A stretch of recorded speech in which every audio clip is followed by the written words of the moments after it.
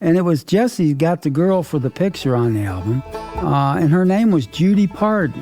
My dad would sell albums, and he would tell everybody it was Dolly's sister. But it wasn't. I know it wasn't. He would say, if you buy it from me and you don't like it, Tim will give your money back. That's what he would tell everybody.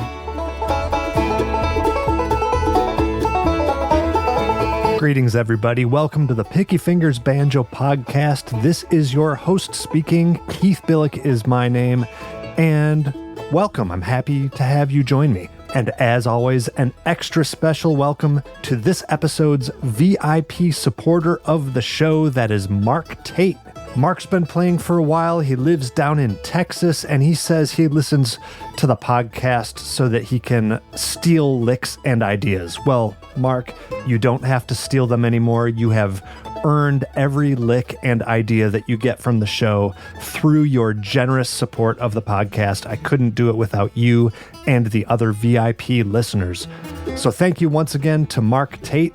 And let me remind everybody, this podcast is not possible without that type of support. And the way to become a VIP supporter yourself is to head over to patreon.com/banjopodcast. It's only a few dollars per month, and you do get amazing rewards in return. And for those of you keeping score at home, I need to point out that the last 3 episodes in a row, the VIP supporter of the show has been named Mark. It's tough to believe, I know, but what that means is that anybody out there with a different name, we need to step it up. Head over to patreon.com/banjopodcast. We need to even the score here. As always, you can also buy your merchandise featuring the world-famous Picky Fingers Podcast logo. That's over at banjopodcast.com. You can get stickers, hats, t-shirts, and some downloadable music and tablature for the theme music that you're hearing right now. That's banjopodcast.com. And of course, if you want to get a hold of me with any questions, concerns, or just if your name is Mark or any other name, get a hold of me. It's pickyfingersbanjopodcast@gmail.com.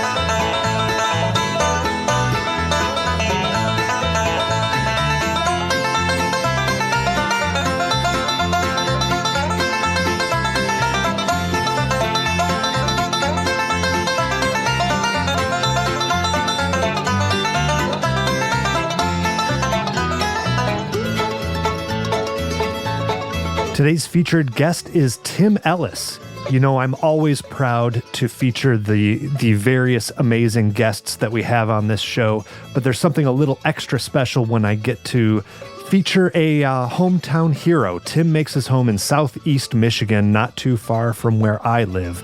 His claim to fame is that he spent several years touring the world back in the 70s with Jim and Jesse, and also had a career as a sideman with various other groups, and has a solo banjo album that is fantastic. In fact, you're hearing it in the background right now.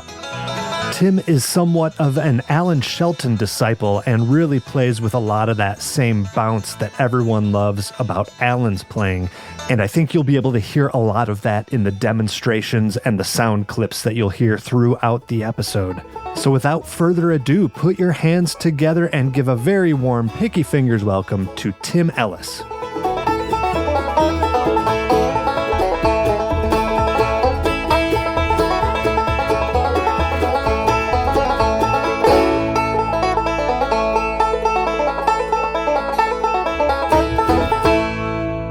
Hello, my name is Timothy Ellis. I grew up in Toledo, Ohio.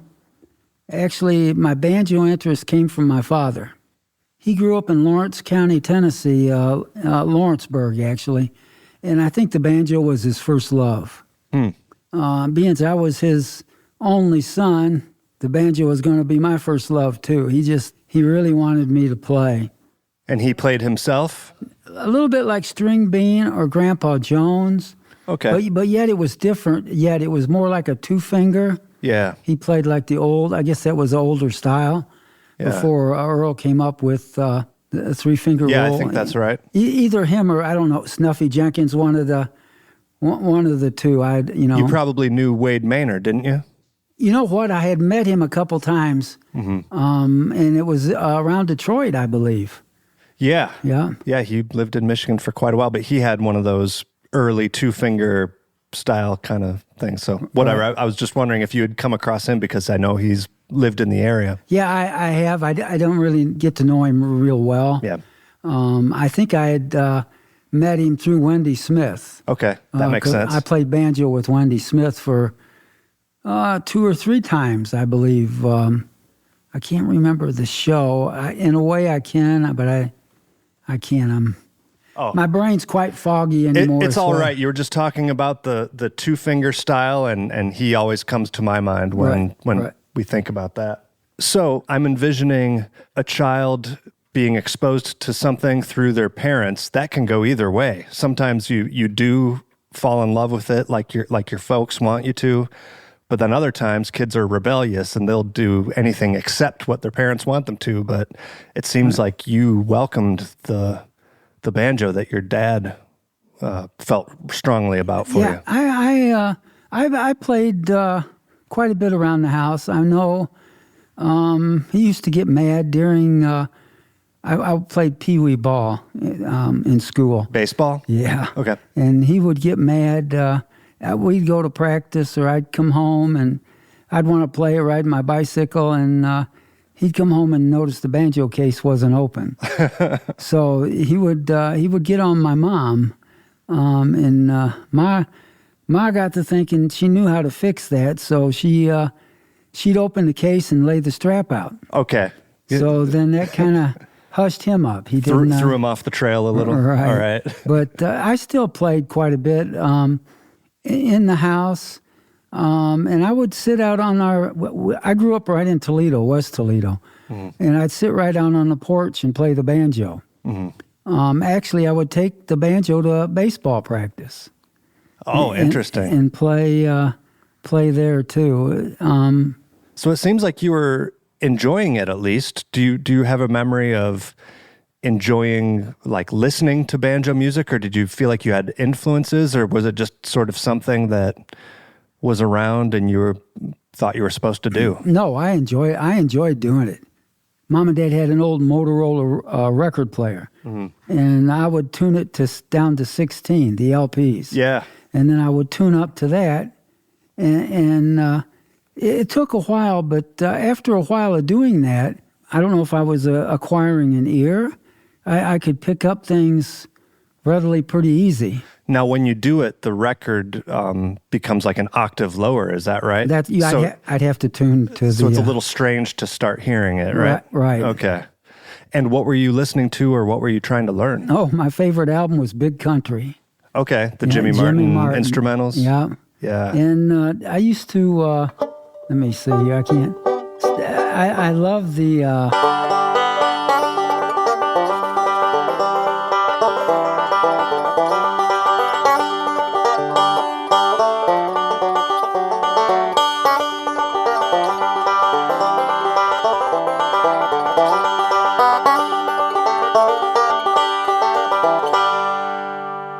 I love J.D. Crow's playing. Of course. And I think J.D. and Vic, and who else? There was another banjo player on that album too, I believe.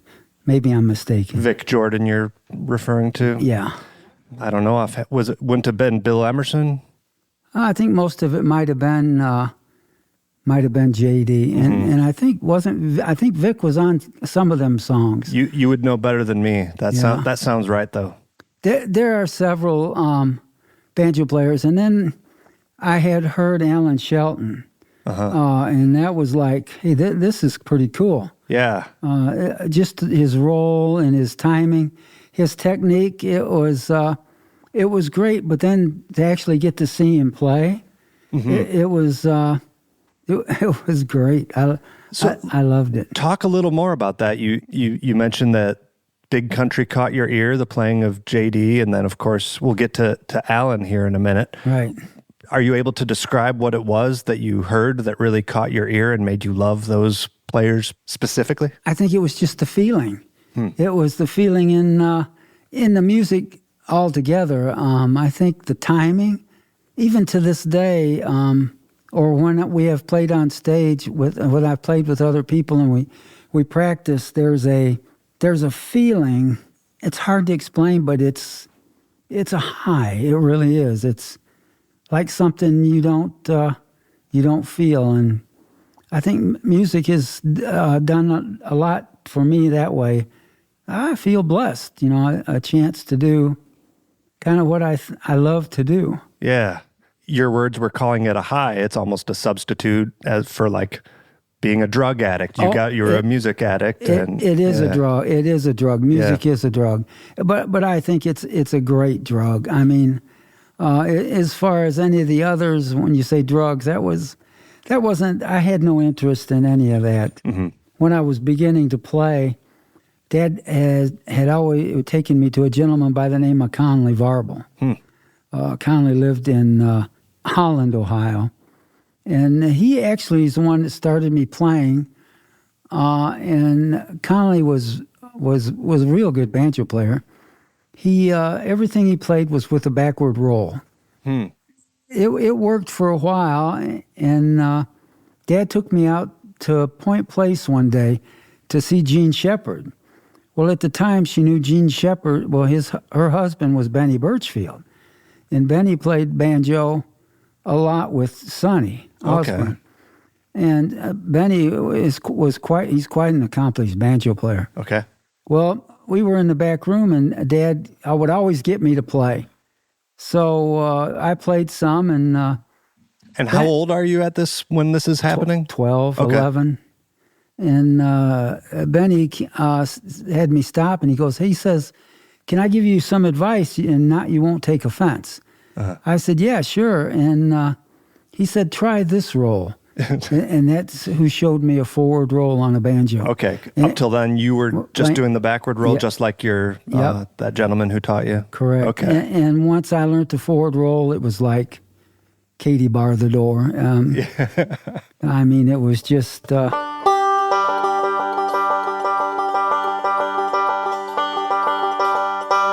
And everybody, that's all they do is basically forward roll. I think, as you would know too. Mm-hmm. Some backward, but good gosh, Dad and Bob. I don't know if you remember Bob White. No. Him and Dad put on the festival at Milan. Okay, well, I've been there. Yeah, well, Bob had played around Toledo area since the late 50s. Bluegrass. And I think Dad had met him at a drive-in. They used to play between movies out in the concession. All right. And Dad met Bob there, and they kind of struck up a friendship.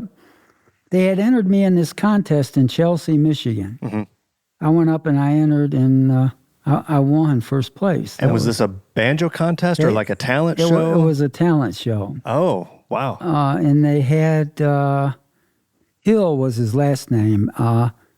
His brother's name is Benny, and then he had two other brothers, and he was quite a good banjo player. And I think they had him picked to win until I came along. Wow. And I think I kind of upset the boat a little. All right. But and was he older than you as well? We were the same age. Okay. And then I won, and it was like, wow. My prizes were I got a chance to play on the Bozo show in Flint, Michigan. And the other prize was I got to play Ernest Tubbs Record Shop in Nashville. Well, now that's really cool. And it was still on Broadway. And the band that backed me up was Gene Shepard. Wow. But it's really kind of a small world. Small world, exactly. But, well, playing with clowns like Bozo, that really gets you ready for bluegrass, right? Oh, that's a hoot. Now, I've seen that before, too, but it's all in good fun. Right. You started to talk about, maybe it's skipping too far ahead, but you did start talking about Alan Shelton. And to me, from hearing you play, you seem pretty influenced by Alan. And Alan wasn't very He doesn't sound the same as J.D. Crowe. No. Who's the other one who you mentioned. Right. So I asked you about what you heard in J.D. Crowe's playing. I guess I'll ask you the same thing about Alan, because he is quite a bit different than J.D. It was more of the... He had more of a bounce. Not to say that it all wasn't happy, but more of a joyous sound to his playing. Uh-huh. And I think after I seen him play was when it just kind of, hey, this is cool. I mean, he could pick and look at you, and you could count all his teeth in his mouth. He was he was just unbelievable banjo player. Yeah, the huge grin, right? Right, and I know there's so many good banjo players. Is that bounce something that you feel like you incorporated in your own playing quite a bit? I tried. I don't know if I tried or it just kind of came from listening to so much of his playing. Yeah, do you have a way of demonstrating what that sounds like to you? Or? I think if I can play a little of this, I don't know. Be like a...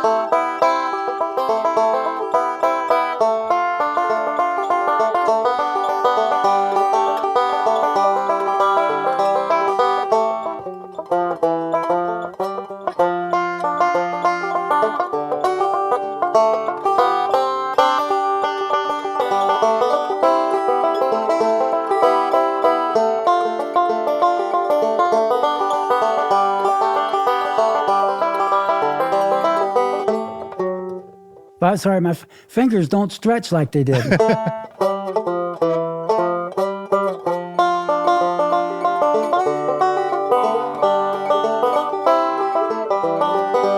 went.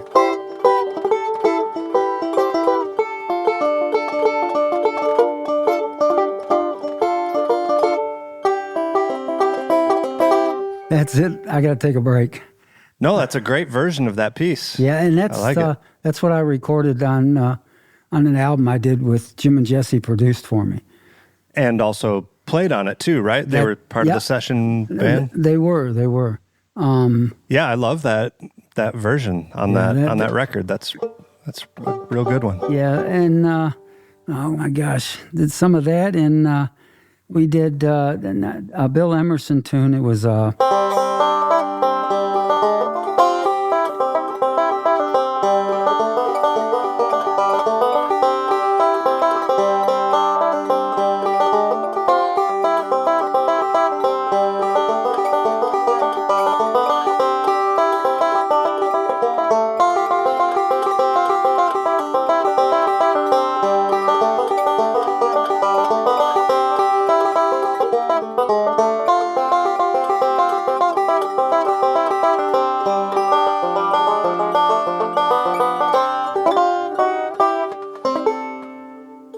something like that. It. Sweet Dixie. I really like that. Is that song. Sweet? Okay. Yeah. And I'm bad with titles sometimes, but I know that's off of that Red Fox album, right? Yep, I believe it is. Let's see, what other songs? That's about it. There was some oddball songs on the album too. We did Rose City Chime. What was a steel guitar tune?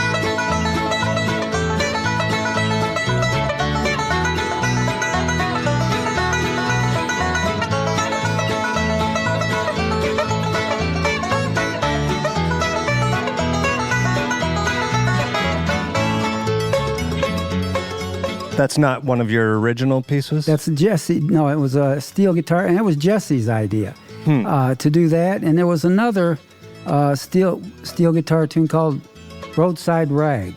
Okay. That was Jesse's idea, too. Very cool. And then we did Lady of Spain. We did Sally Gooden. There's the Chinkapin. Yeah, Chinkapin Ridge. Okay. It was something like, I can play a little of it maybe.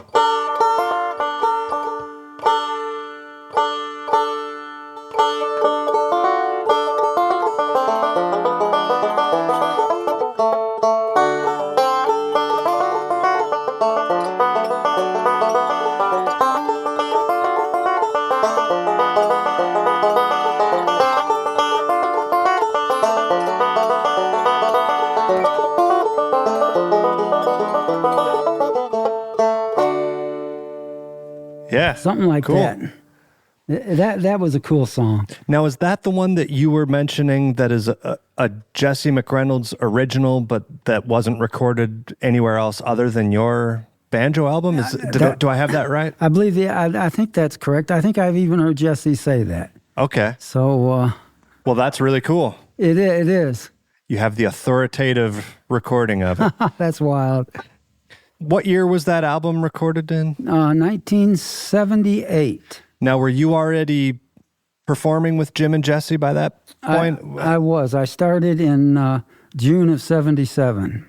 Actually, they had came up and played a thing I think Dad or Bob had done in Holland, Ohio or someplace. And actually, I followed them back to Nashville in my car right from there.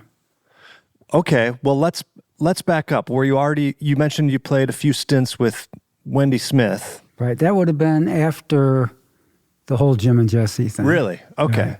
You were at an event and you followed them back. There must have been more to it leading up to that. Like, did you have to audition, or had they seen you perform with someone? They had seen me play. Okay. Actually, I auditioned at Charlotte.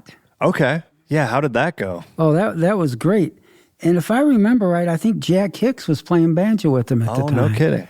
Okay. And we sat in the back of the bus, and we played quite a bit, an hour. And they really didn't say much then, and everybody kind of went about their ways. And I can't remember if it was a week or two, Dad got a call from Jim. Dad talked to Jim kind of on a regular basis because they did booking. They booked shows. Jim had called, and I think I knew Dad knew what was going to be asked, because he says, here, somebody wants to talk to you. And I'm like, okay, who? And it was Jim McReynolds. And then he asked me if I would want to play banjo for him. So when you met up with them at Charlotte and you played for an hour in the bus, did you realize that you were auditioning? Was that a thing? I think that's, yeah. Okay. That's what... they already knew that Jack had given notice or something like that. Either that or Jack. They were on... I think they were using different banjos till they found someone to permanently fill the position. Okay.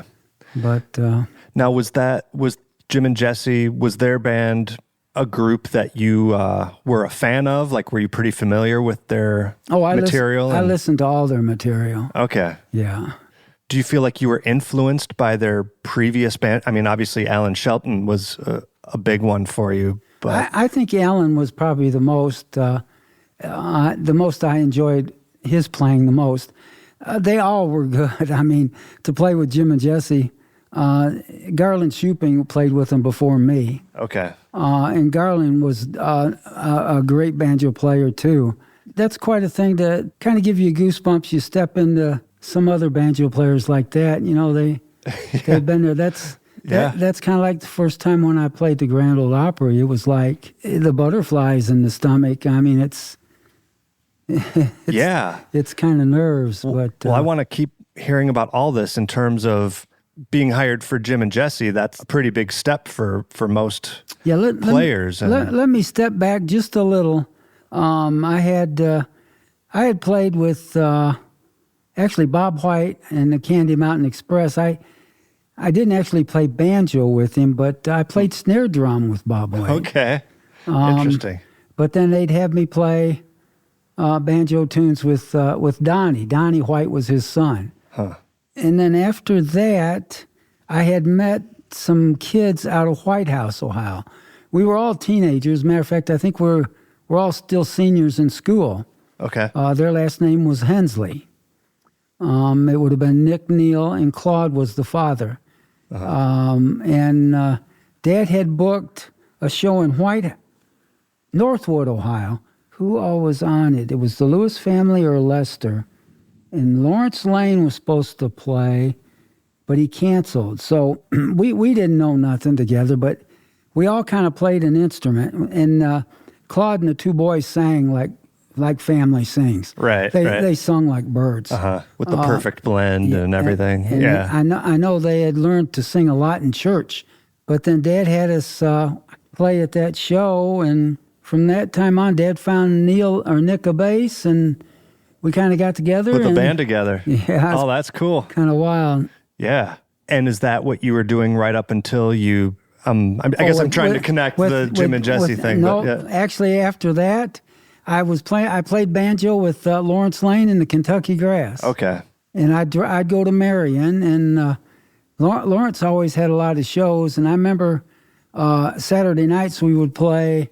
It was called the Country Cavalcade, WMNI in Columbus. And it was just a country show, but we were one of the only bluegrass groups. Oh, that's cool. Yeah. And that was a pretty typical straight ahead bluegrass band. You did most of the summer festival circuit kind of thing. Straight. Lawrence had written a lot of songs, did Stanley tunes, Old Flat and Scruggs, Monroe. It was cool. I enjoyed it. I know I'd made a trip to out west. As far as we got it was Roswell, New Mexico, or Carlsbad. But I remember going through we went through the caverns. We played a couple roadhouse bars out there is what they were. Okay. But it was, and I was just I bet I wasn't 17, it was cool. And then after that, I took the place with Lawrence. Dwight Dillman was playing banjo with Lawrence, and then he went with Bill. Yeah, interesting. And then I started playing with Lawrence, and then after Lawrence, that's all when Jim and Jesse started. Now, did you say Dwight Dillman? Is there also a Derek Dillman who played with Jimmy? Yeah, that's his son. Okay. Yeah. I have a bandmate right now who's his cousin or something. He's related somehow. I don't remember. Oh, cool. Don't remember how, but yeah, he talks about him sometimes. Yeah, Dwight was quite a banjo player, a really good banjo player. And now a word from our sponsors, but we will be right back with the episode in just a few moments. The Picky Fingers podcast is thrilled to be sponsored by Peghead Nation, the top site for instructional video courses in banjo, guitar, mandolin, fiddle, dobro, upright bass, and ukulele. You're going to learn bluegrass, old time, and other styles from some of the most talented players and instructors in all of roots music. Go to pegheadnation.com to see their great lineup of courses. Here are some of the choices just for banjo. Beginning banjo and bluegrass banjo with Bill Evans, clawhammer banjo with Evie Layden, Wade Ward style banjo with Bruce Molsky, the banjo according to Danny Barnes, and contemporary bluegrass banjo with Wes Corbett. All of these courses include high-quality multi-angle video lessons, downloadable notation and tablature, play-along tracks, and plenty of tunes and songs to play. The best part is that just for being a Picky Fingers podcast listener, you are going to get your first month free. So head over to pegheadnation.com and use the promo code PickyFingers at checkout. That's pegheadnation.com and PickyFingers, all one word, all lowercase, at checkout. The Picky Fingers podcast is also sponsored by Elderly Instruments. I have been so lucky to have Elderly Instruments as my local family-owned music store for as long as I can remember. But they are more than just that. They are the world's most trusted source for new, used, and vintage fretted instruments, which means they're the first place you should check for any of your banjo, mandolin, guitar, ukulele needs, instructional materials, and all the accessories to go with it. And the other part is that Elderly is just as well known for their excellent customer service as for their amazing selection of products. So head over to elderly.com to see their full inventory or give them a call to talk to one of their helpful and professional sales representatives. That's 517-372-7880. And last but not least, we have another family-owned business in Sullivan Banjos supporting the Picky Fingers Banjo Podcast. A lot of you know that I have been playing my Sullivan banjo for about 20 years now, and I'm here to tell you that it is sounding better than ever. Now, fortunately for you, Eric is still maintaining that high Sullivan quality, and he is ready, willing, and able to build you the banjo of your dreams, whether you just want a tried and true traditional design on up through your wildest custom dream banjo. Eric is here to build it for you. Head on over to sullivanbanjo.com, email sullivanbanjo@gmail.com, or just go the old-fashioned way. Call up Eric Sullivan at 502-365-5022. Get that legendary Sullivan tone with that added personal touch of being able to design your banjo with the person who's actually building it for you.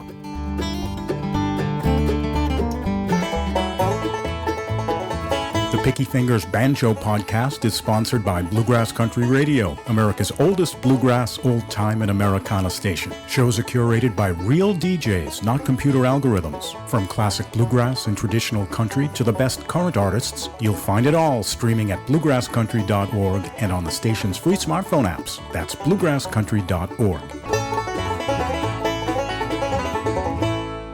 What were you playing like in those days? What do you remember, like how you were developing your style? Nothing really, just straightforward roll, Foggy Mountain Break Time, Cripple Creek. Nothing really strange off the wall. I had played with them, and then off and on, a gentleman out of Bellevue, Ohio, Roy Smith, Sue Gamble played mandolin, Hap Roberts, Junior, can't remember his last name, played bass. And I had met another banjo player from Clyde by the name of Keith Shagnon. Okay. Quite an accomplished banjo player. We all kind of went to the festivals, Ottawa. We went to shows, and we all got to really know each other and hung out. And that's just... that was your community, yeah. It really was. That's cool. Yeah. So yeah, I guess going back to Jim and Jesse, I guess that's what most people probably know you from. Talk more about what sort of effect being in a band like that had on you. I imagine they were probably a little more professional in certain ways than maybe some of the other bands that you had played with up until then. They were quite professional. Mm-hmm. And I told my dad at the time after I had started playing, I said, I really enjoy this. And if I were to come to play with anybody else, I don't think I'd do it. Because I really enjoyed the company. They were just, they treated me like gold. I mean, it's like unbelievable. When I first went down, Jesse had 3 boys, and Keith is the one that played bass in the band. Yeah. He had Keith was the oldest. He had an older daughter, but she'd already married, and she kind of lived on the same property. And then there was Mike, and then Randy were his 3 sons, and me and Keith really hit it off. We did a lot together. Cool. And Jesse, they actually put me up in the house they had like a little bungalow room in the front of the house upstairs, and that so you had a place to stay. That was my room. Oh, that's really cool. Oh, it was cool. How were they in terms of the music? Were you given pretty much free range to play the banjo however you wanted, or were they giving you a lot of direction in terms of telling you what you should be doing with your banjo parts, or how did that work? They were pretty much free range, okay. But yet they had certain songs they wanted done a certain way. So they would work with me. Jesse would work with me. As far as getting together and picking and like practice. Yeah, we really didn't do a lot of that. Really? Well, once in a while we would in the office, but I would just try to learn it on my own. And they gave me all their records. So it was it's like studying. I mean, Yeah. So like if you could play along with the records, you could do a show. Right. Is how they approached it. Right. And I tried to do it to the best of their ability with my technique. Does that make sense? Oh yeah. Yeah. Yeah, of course. So, And how many recordings of theirs did you make it on to? the only one I was on was Songs of Inspiration, a gospel album. Everybody will be happy over there. We'll be happy. We'll be happy over there. We will shout and sing His praises through the never ending. Sing His praise. Everybody will be happy over there.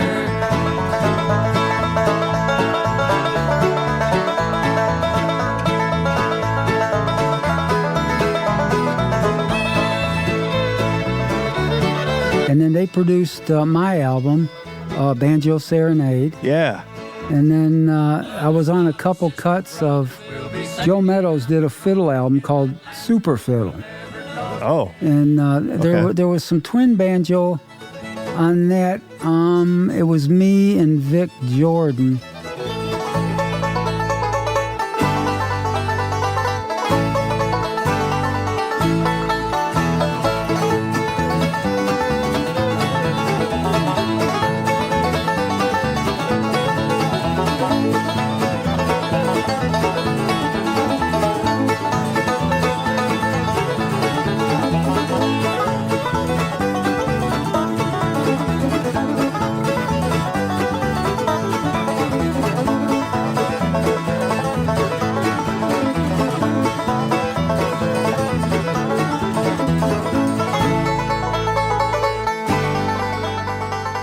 Do you have any other, I guess, amusing stories about traveling around with Jim and Jesse? And I know you did you go to Japan at least one time as well? Yeah, I did.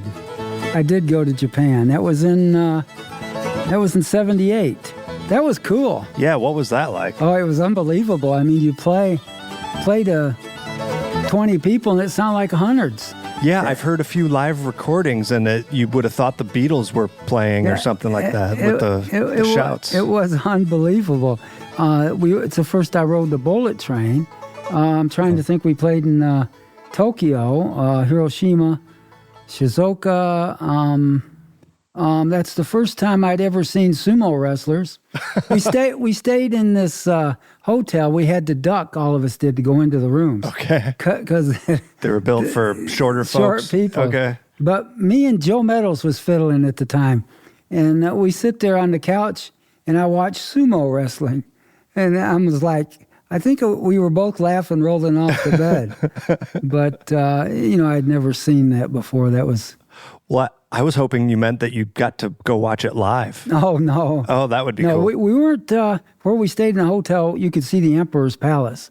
We wasn't very far. Wow. And what else was funny was they would work on the streets 24 hours to repair. They had a lot of stone streets. Oh. And on a Sunday, we were there on a Sunday, there was some lagoon connected to the Emperor's Palace, I think. And they had little boats out there. And we often wondered why, but on Sunday, the guys would rent these boats and paddle their girlfriends around the lagoon in them. Oh. It was kind of cool. That is really cool. Yeah. That's the first place I'd ever seen somebody eat with chopsticks. Uh-huh. And they were eating faster than I eat with a fork. Yeah, did you give it a try? No, I couldn't do that. It's hard enough to control your finger picks. You don't need to add new things to. It's like stilts. Yeah, exactly. Yeah. Anything else to say about your time with Jim and Jesse? That's such an influential group. That if you have any other just amusing stories from those days, I'm sure people would love to hear any of them. There's so much, and I've been to Europe twice with them too. Uh-huh. So that was cool. Just to play the festivals, California, Wild Animal Park in San Diego. We played, I don't know if they were nightclubs or just a music venue in Oregon and Washington. That's the first time I'd ever seen. I'd seen beer. It looked like it was in a motor oil can, but it was beer. Oh, And yeah. What else? Just we did go up into Canada. Just the audiences. They were good. We played a couple shows in Wisconsin and Minnesota, but they were like with Minnie Pearl and Hank Snow type country things. Like a country show. Yeah. Interesting. And going back to Joe Meadows, Joe Meadows was great.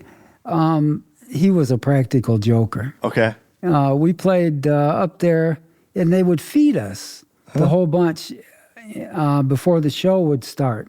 This is the country show? Yeah. Okay. And we were all sitting in there, and they didn't spare the china. It was good. Well, Joe would dip his finger in the glasses, and you got so much water in it, and you take your finger, and it'll whistle. Oh, It'll right. make Yeah, a on the sound. crystal glasses. Well, yeah. he did that a couple times, and the sound man jumped up. They thought the sound was feedback. It was feedback. Yeah, but it was Joe, and Joe would sit there and laugh. He thought it was hilarious. Oh. There's more stories. There was a gentleman, Mike Kilmeyer, drove bus with us for a while. Well, he was a retired fireman out of D.C., I think, and he had just bought a new pair of sunglasses. Well, he had set them on the dash of the bus, and he put them face down. Well, they got just a little scratch in them. Yeah. Well, Joe said, Mike, he says, when we get to the next truck stop, go in and buy some sandpaper. He said, I think you could fix them glasses. And Mike did it. And he come back out, and he scratched and scratched. Yeah. And then by the time he realized what he was doing, you couldn't even see out of him. Right. And Joe rolled off of the chair in the bus. But he was just that kind of gullible of a guy. Oh, my God. But that's... of all the people that you're not... So it sounds like he messed with all the people you're not supposed to mess with, the bus driver and the sound men. Yeah. Like those are the folks who can ruin your day if you let them. Joe was a great person. I mean, he was just somebody to kind of grow up around. I mean, he helped me with a lot of things. My car had broke down, and he helped me fix it. And he was just he was good, and he was a good fiddle player. And I think Joe had played a lot with some of the early Stanley stuff. Oh. So it's pretty cool. Yeah. That I got to know these people, and it was just once in a lifetime situation, I think. Absolutely. Yeah. How do you think it may have affected your banjo playing in one of the top-notch groups like that? Oh, I think it affected it a lot because it gave me more of a adverse, or more to look into like other ways to do things besides the straightforward. Oh, I would love to hear more about this. It's like, let me see, stuff like, and I know everybody does some of these licks. It's, if I can do them. I can't stretch. I'm sorry, I can't stretch them out. Stuff like,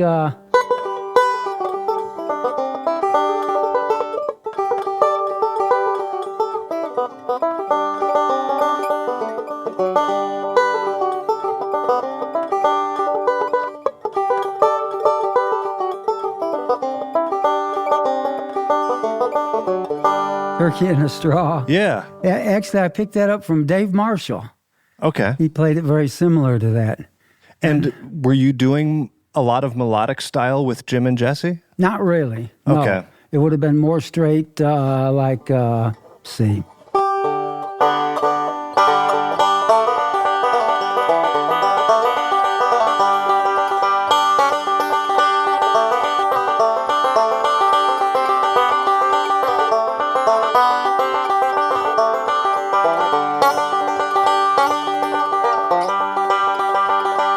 Stuff like that. Yeah.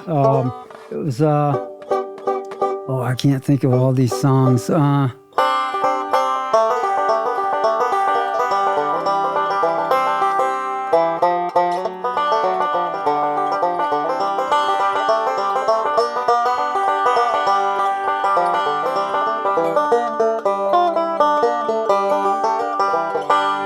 stuff like that.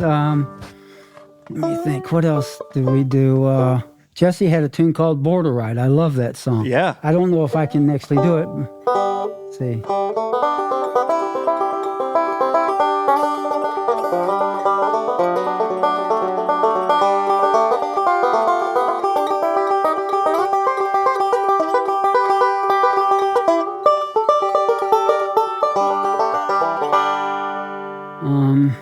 And those are examples of something that you thought was maybe a little unconventional at the time? Could have been for me. Okay. Yeah, I don't know. You mentioned that the forward roll, learning that was really important to you. Now, but you were also influenced by Alan Shelton, and there's a roll pattern that a lot of people associate with him, which is the middle index, middle thumb. I was just wondering if that ended up working its way into your playing. The stuff like...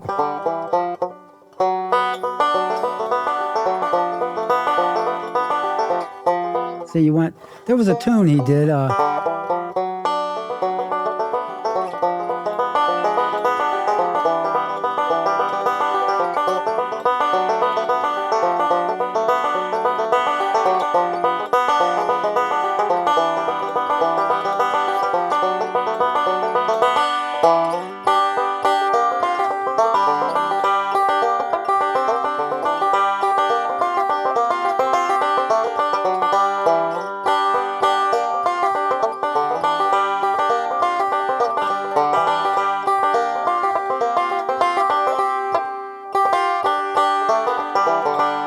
shoot.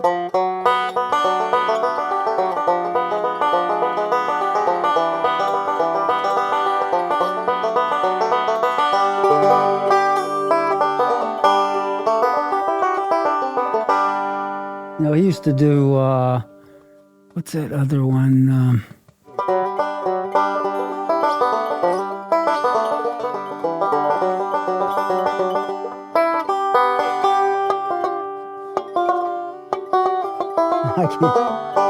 That was the roll right there.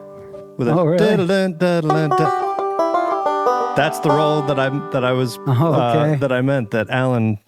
A lot of people call it the Alan, or some people call it the Doug Dillard roll. Oh, I didn't. Or the Alan Shelton roll. Yeah. See, I'll do this again.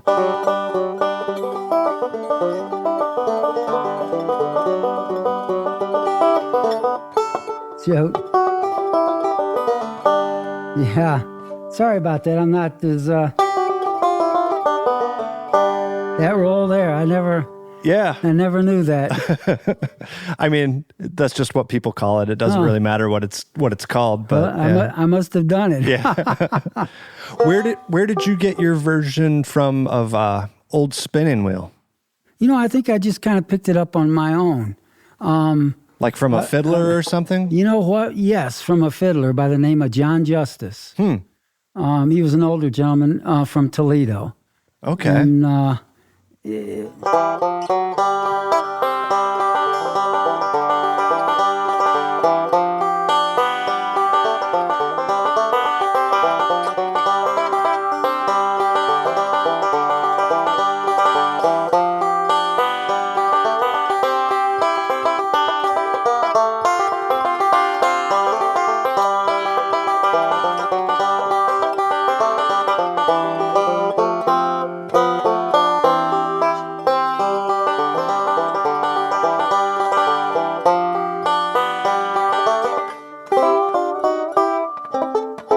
something like that. Yeah, beautiful tune. Yeah, it is. You have to excuse my fingers. I got what they called steel syndrome, and the ends of my fingers, I can't quite feel like I used to, so it's kind of, I try to pull off, and sometimes I don't pull off. What, it feels numb or something? Yeah, they're numb. Okay. And then stuff like...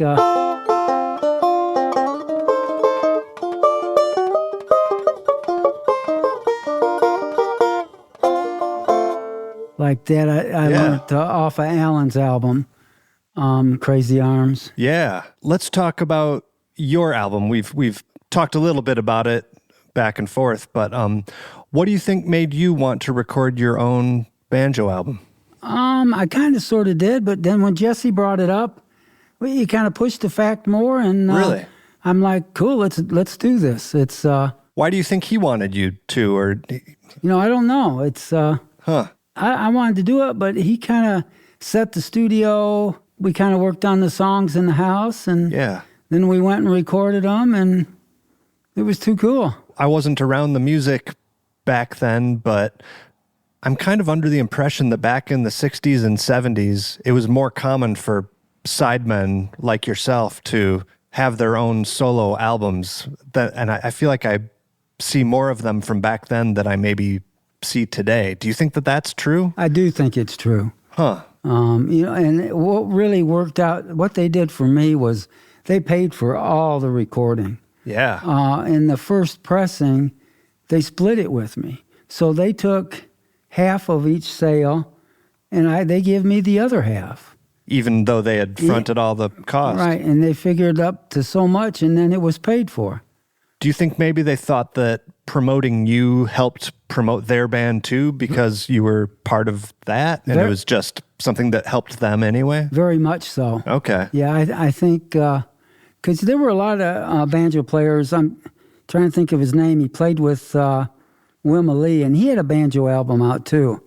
I just feel like almost any of the main players back then, you can find something that they have their own name on, which seems unusual to see today, or more unusual. I don't know. It's just interesting. Anything else you remember from that experience, being in the studio, or what it took to put that together? We were in and out pretty quick in probably a week and a half. Okay. And then... I mean, that was basically the regular band with you, right? So it wasn't a whole lot of no, it was the getting to know band. each other or anything like that. No, and actually, Gordon Reed, we recorded it. It was in his basement. He had a studio, and he was... Where is that? Was in Hendersonville. Okay. And Gordon is quite an accomplished banjo player, too. Okay. So we would go back and then mix it down. Jesse did most all the mixing, so... Turned out really cool. Yeah. And it was Jesse got the girl for the picture on the album. All right. I had no idea. He goes, I got an idea. He goes, he had this girl come out, the photographer knew her, and her name was Judy Pardon. Okay. I don't know. My dad would sell albums, and he would tell everybody it was Dolly's sister. But you don't think so? It wasn't. I know it wasn't. Dad, it's a good story. Yeah. He would say, if you buy the album from Tim, or let me see, if you buy it from me and you don't like it, Tim will give your money back. That's what he would tell everybody. Did you ever have to make good on that? No. Okay, good. No. I figured that's just what happens when you play your banjo, is the women start flocking to you and just want to sit there and listen. That's a hoot. That's really a hoot. And I guess another thing I'll say is something you had going for you back then was your shirts that you wore on stage. I've seen a few YouTube clips where you got the nice 70s shirts on. Yeah, that was all Jim and Jesse clothes. Yeah, that's cool stuff. That with the ties. I mean, that was... So you don't still have it? I might have one downstairs. Yeah, I didn't turn them all in like I was supposed to. And they were very particular on their dress. Very. Yeah, it looked like they typically wore the suits for the band leaders, and then the rest of you would all be matched. Coordinated. Yep. Yeah. Yeah, with the they weren't a string tie, but they were what would you call them? It was a loop. We'd tie a loop in it, and it was cool. Yeah. I mean, I liked looking good. That was really cool then. Definitely. More so than, I'm not putting any bands down now, but they could dress up a little better sometimes. Oh, I'm guilty of that. Yeah. 100%. But here I go. I better be quiet. You're putting the show on, so you kind of want to look good, I guess. Yeah. Anything noteworthy from after that? I mean, we'll start talking about your instruments that you've played and stuff like that. But anything else that you'd want to say about your playing career or your performing? I played after I came back home. I played with some local people: Jeff Tuttle, Steve Daniels. Freddie Harris, Wayne Morton played bass. Mm-hmm. We would play Stagecoach Stop. That was in Irish Hills. Oh. And then Jerry's Pub, which was on Wampers Lake, I believe. Yeah. Yeah, I've played there. That's still going. Yep. And I played a couple different times with Wendy Smith. Guitar player was a gentleman out of Ypsilanti, first time, by the Larry McDaniels was his name. Okay. Jeff Sisko played fiddle. He actually lives in Florida now. Did you record with Wendy? I can't remember. I don't think I did. I recorded with Bob White, and I can't remember what that album was called neither. But it was with a harmonica player he had. So that might be out there somewhere. It could be. I don't know, how far that got along. The second time was more with Freddie Harris played guitar, Dave Long played bass. Brian Stidham played fiddle the first time. The second time was Matt Stoddard. Yeah. Oh, okay. He's not quite a young kid anymore. No, he's not. And let me think, as far as playing places, we played the Eagles. Yeah. The Kentuckians would call me from time to time, and I'd kind of just try to put a band together if they needed a band. Oh, yeah, Mitch Mans, Joe Smith. Yeah, that's who played with Wendy at the one time was Joe. Smith played guitar. Dave Long played bass. Okay. And was Mitch doing what, guitar? Yeah, Mitch didn't actually play with Wendy with me. Okay. I've done some things with Mitch. All right. Yeah, I knew Mitch too, and I know his son boy, Jesse too. Yeah. There's a dairy out here, Calder's Dairy. It's actually where they milk, and the gentleman that owns it would call me from time to time and want a bluegrass band. Okay. So I would call Mitch for like an event or something. Yeah, like just a day thing. Okay. And we play 3 45-minute sets. Uh-huh. And it's always enjoyable. Yeah, you just call up your friends and let's go jam. Yeah. And on top of that, you might have got $1 or $2, so it was cool. Maybe some ice cream. Hopefully. Yeah, that too. That's cool.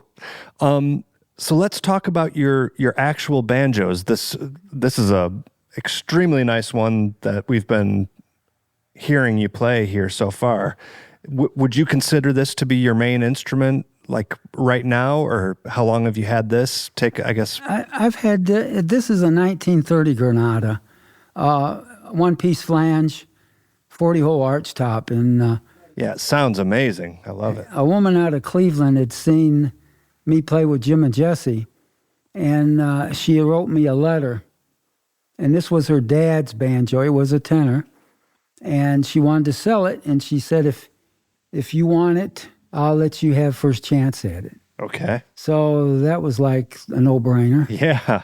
So me and Dad, we bought it, and the first neck we had put in it was made by a gentleman in Connorsville, Indiana. Ernie Wells was his name. The neck worked great for 4 or 5 years. I don't know what happened, but the neck end of it twisted. Vernon McIntyre helped me take it apart, and he sent it to a guy he knew that had an x-ray thing, and the rod in the neck served no purpose. So it was kind of done. It was ruined. It was history. Okay. So I also have a number 3, a 28 raised head. Okay. And I played that most of the time with Jim and Jesse until I got this, and then I played this. But the other one got a fabulous sound.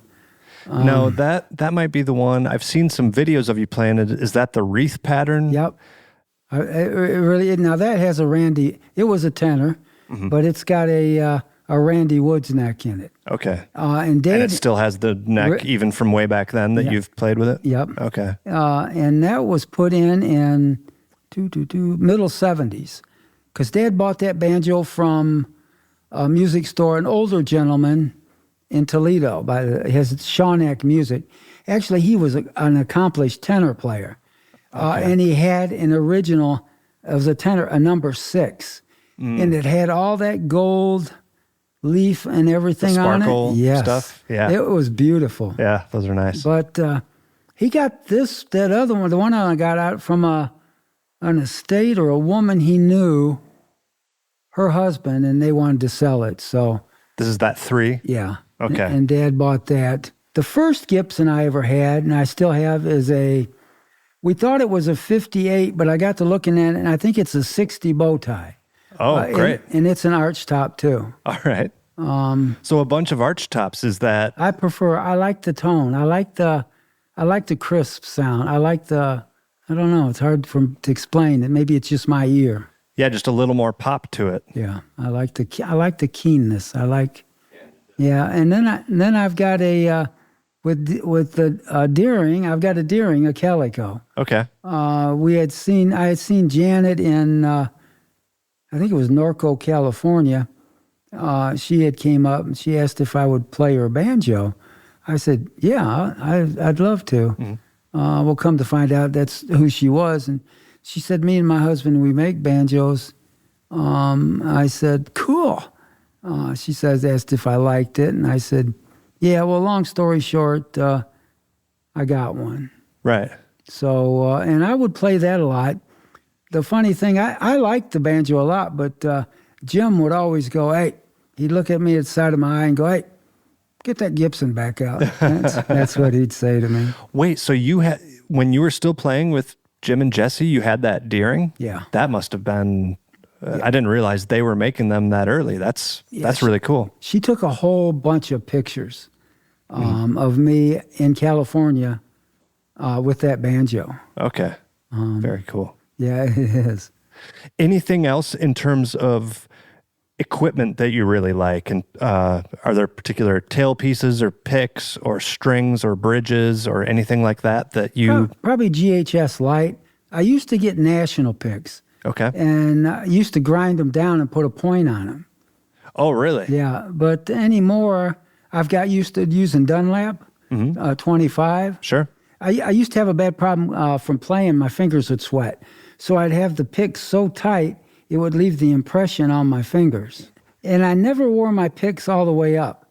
I always had them out like they could have been tools to stab somebody. Oh, wow. So like really extending off the end of your finger. Right. And I don't know if that's the reason I get such a tone I do, or, it could be. Yeah. But I never... it definitely affects it. I never put them all the way up on my finger. Interesting. So that's still what you're using is the Dunlaps? Yep. And for a thumb pick too? It depends. I've got, this is a Dunlap. And I've got another one. It's got like a bridge on it. That'd be a Golden Gate. Yep. And I'll switch. But I seem to like them both pretty much. Cool. As far as playing in, I like the tone I get from them. Yeah. With the strings. So your previous neck on the Granada got ruined. Did you mention who built the neck that's on there right now? On here was Randy Frank Neat. Okay. This neck is a Frank Neat neck. Great. I had talked to. This was way back, right after the neck had bowed. I had talked to Little Roy Lewis, and he said, you need to call Frank. Yeah. Because he could make you a real nice neck. He's on the very short list of the top guys to go for that kind of thing. And he did. It's really, and he showed me some things the other guy had put in. It looked nice, but it wasn't really correct. But it worked. The neck looked good. The other guy did a good job too. I know that they're different models and made out of different wood, but do you buy anything in terms of detecting a difference between a one-piece flange and a two-piece flange, or do you not buy into that too much? I never really noticed too much. Yeah. It probably does. I think just the fact that it was a raised head. I could be wrong. They much sound the same to me. And I like that sound, so... Yeah, just go with it. Yeah. That sounds good.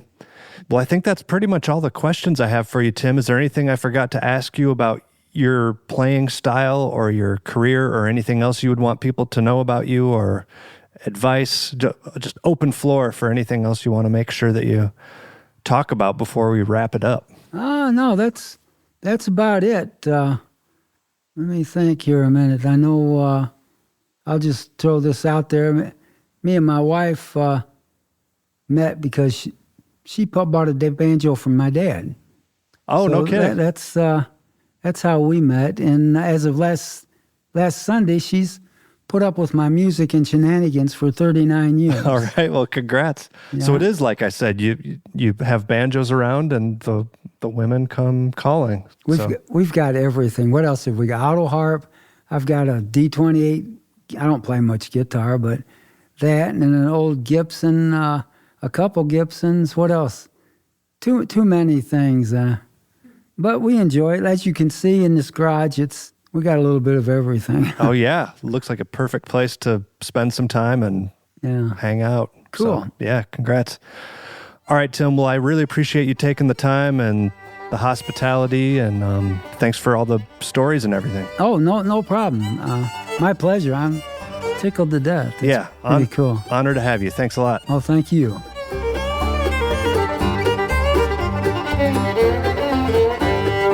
All right, folks, that's going to wrap it up for that interview and this episode of the Picky Fingers Banjo Podcast.